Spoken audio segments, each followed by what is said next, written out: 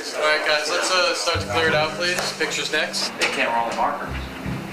My name is S.S. Hahn, and I have a court order for the immediate release of all women being detained in this institution under the designation Code 12. I used to be a reporter for many years. I worked for the Los Angeles Times, and a source that I had at the City Hall called one day and said, there's something you should take a look at before we put into the fire.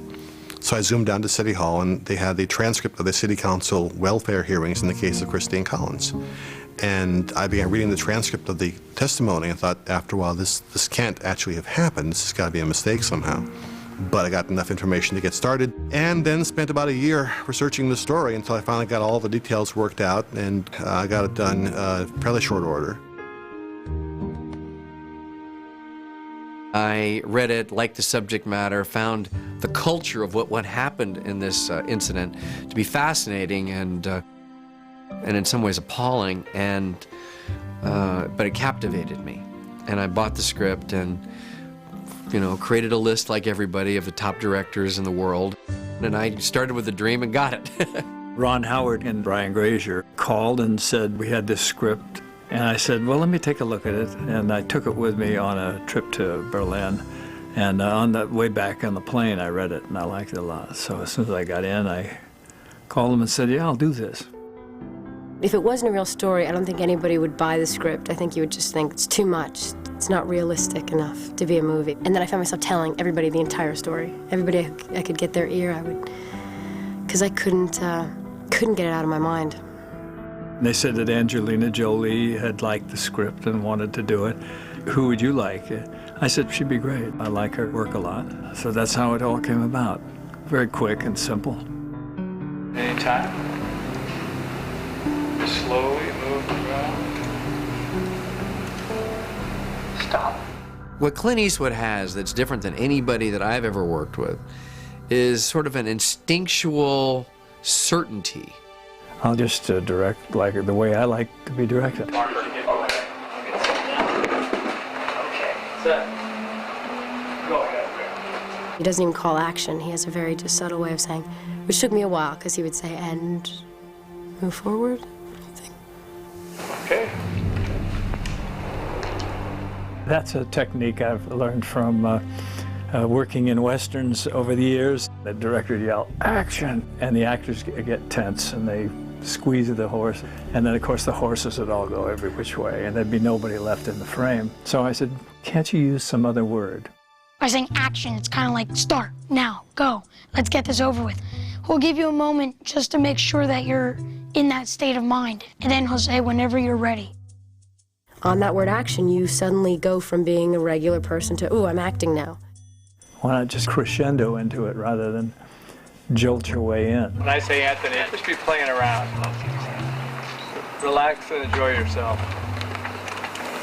Go ahead, Anthony. Scratch the wall. Hey, there you are. It's supposed to be like that. Don't like scream or do any of that kind of stuff. Just take your time, do everything the way you need it to be done. First one to the corner gets ice cream. Okay. Good, huh? Everything I do as a director is based upon what I prefer as an actor. And I like to bring what I'm going to bring to the table, and then if the director doesn't like it, you know, critique it and tell me where he thinks something could be added or something could be subtracted. It's the stuff of legend. And it gives you a very good sense of, we won't be waiting around forever. He's not going to take, you know, hours and hours and hours to make up his mind. He knows what he wants. He doesn't give you his panic and his pressure. A leader has to sort of keep that for themselves and find a way to keep your eye on the prize. Yes. One of the ways that his supreme coolness presents itself is that he just believes it's going to happen. Great stuff. For me, the great surprise was that he was so much fun to be around. Really funny guy. And all these people that worked for him for, 20, 30 years, he keeps things moving forward in a really buoyant way. We were taught how to do a screen punch by Clint Eastwood, which isn't bad. You'd think you're enough trouble with the law already, being a whore, wouldn't you? And, he very gently took us through it, and he kind of just kind of, And then he showed me how to react. It was just, that was kind of a great moment as an actor, just for fun. It goes back to like playing cops and robbers as a kid, but also to learn your stunts from Clint Eastwood is pretty top shelf. I don't think I want to do any other films without him. Angelina said to me, "I'm telling you this seriously, Brian, that I don't want to work with any other director, but I actually mean it." I've already called my representation and said, whatever it is you want me to do in the future, if he's not directing it, we may have a problem. Happy ending now. One, I want him to just be my director, and two, I want him to be my dad. You know, it's funny, I idolized Clint Eastwood as a kid, as this guy who I saw on screen, and just watching these incredible movies and just being like, God, I want to be like that guy. Okay, stop. He's Clint Eastwood. He's Dirty Harry and the Oscar-winning director. I have no secrets. There are no secrets in the world. Continue on down a couple floors. I think don't shut yourself off to any influence that might come in that might be pro the project, and be ready to shut yourself off at any influence that comes in that might be negative to the project. Yeah, handle it. The hell with it. You don't work in front of a camera for 50 years and not learn something. Roll sound. Period stuff is fun.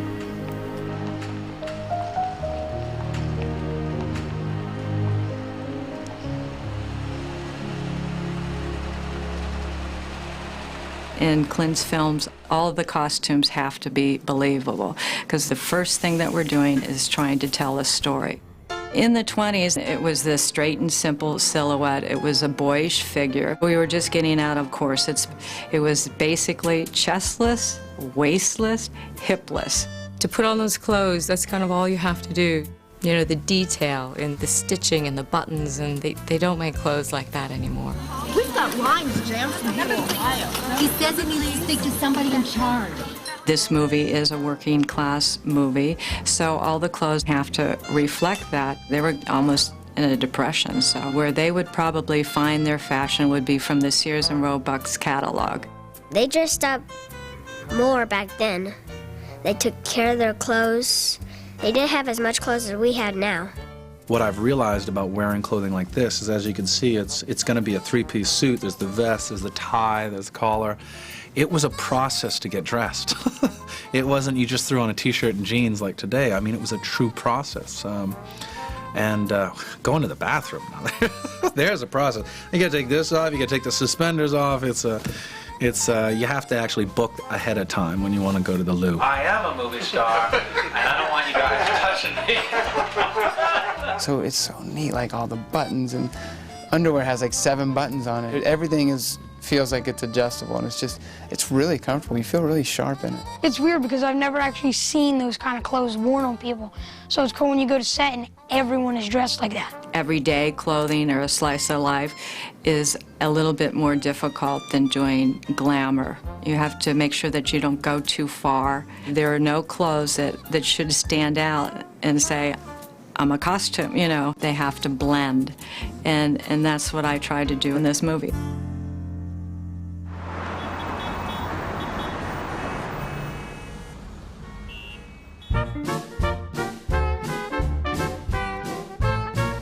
It's pretty hard to recreate Los Angeles because LA has had this tremendous sort of evolution or facelift, and for the good of Los Angeles, certainly. But in no way do the structures look anything like they looked in 1928. Roll sound. Come ahead, everyone. Yeah, we were on a real location downtown Los Angeles, and suddenly this one stunning building, this brick building, you know, from that era, and I was like, when did that arrive? But it's always been there amid, you know, freeways and high-rise. So it's nice. I mean, LA still has those pockets of, you know, authenticity. I think downtown Los Angeles has changed so much, and right now it's empty and it's not alive like it used to be. So that was Los Angeles in the 28. It was just a hustling, bustling city. There's like 1 or 2 buildings that we could use, but basically, you've got to help it along. Background.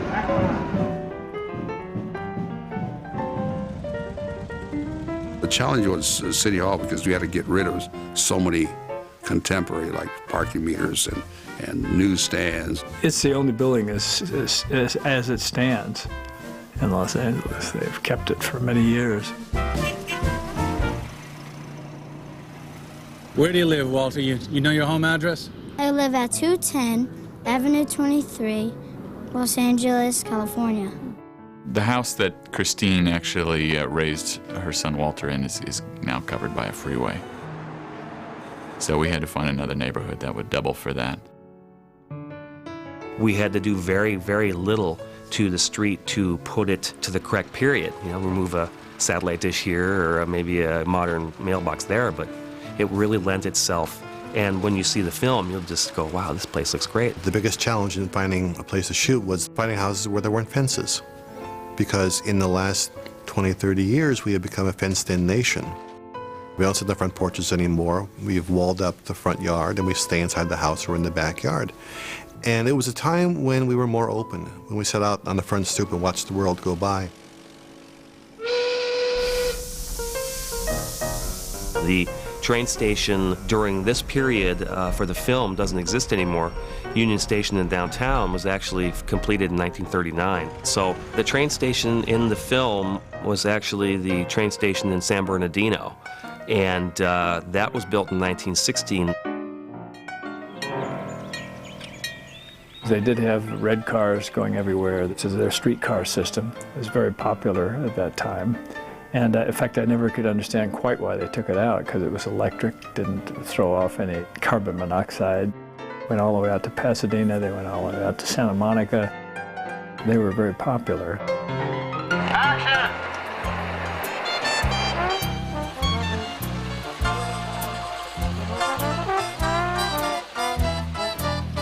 So we had to recreate that.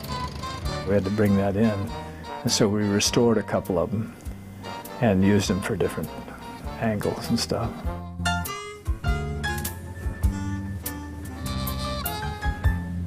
I think that was when LA was probably at its best, around that time. It's kind of sad because it was so beautiful. And the world just was slower. There you go. Yeah. The next setup, which is the crew photo, is the actual last setup of the entire movie. Come on, Goofy.